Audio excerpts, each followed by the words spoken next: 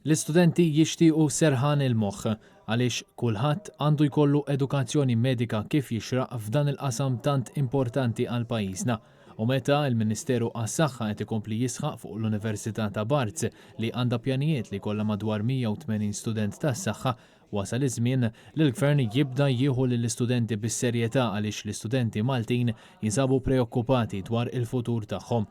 Kien dan il-messaġġ tal-istudenti waqt konferenza tal-aħbarijiet konġunta bejn il-Kunsill tal-Istudenti Universitarji u l-MMSA li tirrappreżenta l-istudenti tal-Mediċina. Tkellimna mal-President tal-KSU Matthew Xwiereb li spjegalna kif fl-aħħar snin inħolqot inċertezza kbira f'dan il-qasam mediku u ħadd ma jaf x'se jiġri. Dak li tlabna aħna ma ġiex mod ilna, ma ġiex mod l-istudenti tal-Mediċina.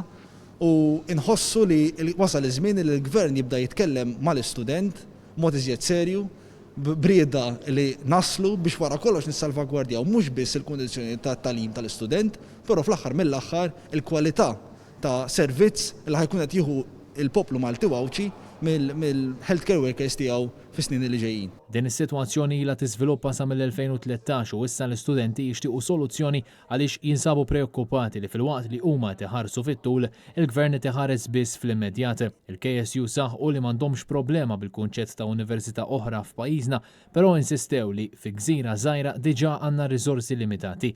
Dan meta aktar minn università waħda qed tagħmel użu mill-Isptar Mater Dei, dan qed iwassal biex l-istudenti f'dan il-qasam ikollhom ħafna inqas ħin u spazju għal studju ta' prattika fl-isptarijiet.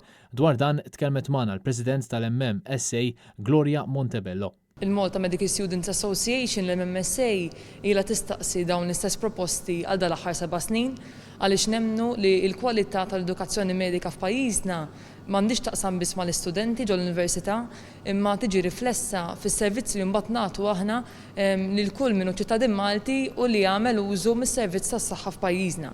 Allura għandna anki obbligu għas-saħħa pubblika. Nemmnu li m'hemmx lob mal-edukazzjoni, is-saħħa mhix ħaġa li tinnegozja magħha, għandna kollha responsabilità soċjali u obbligu lejn il-pajjiż u lejn is-saħħa ta' Malta. Filwaqt li spjegat li l-konsultazzjoni fl-aħħar snin kienet waħda minima tant li l-Gvern injora numru ta' talbiet mill-istudenti, jisaħqet li l-istudenti qed jagħmlu numru ta' proposti biex tinstab soluzzjoni.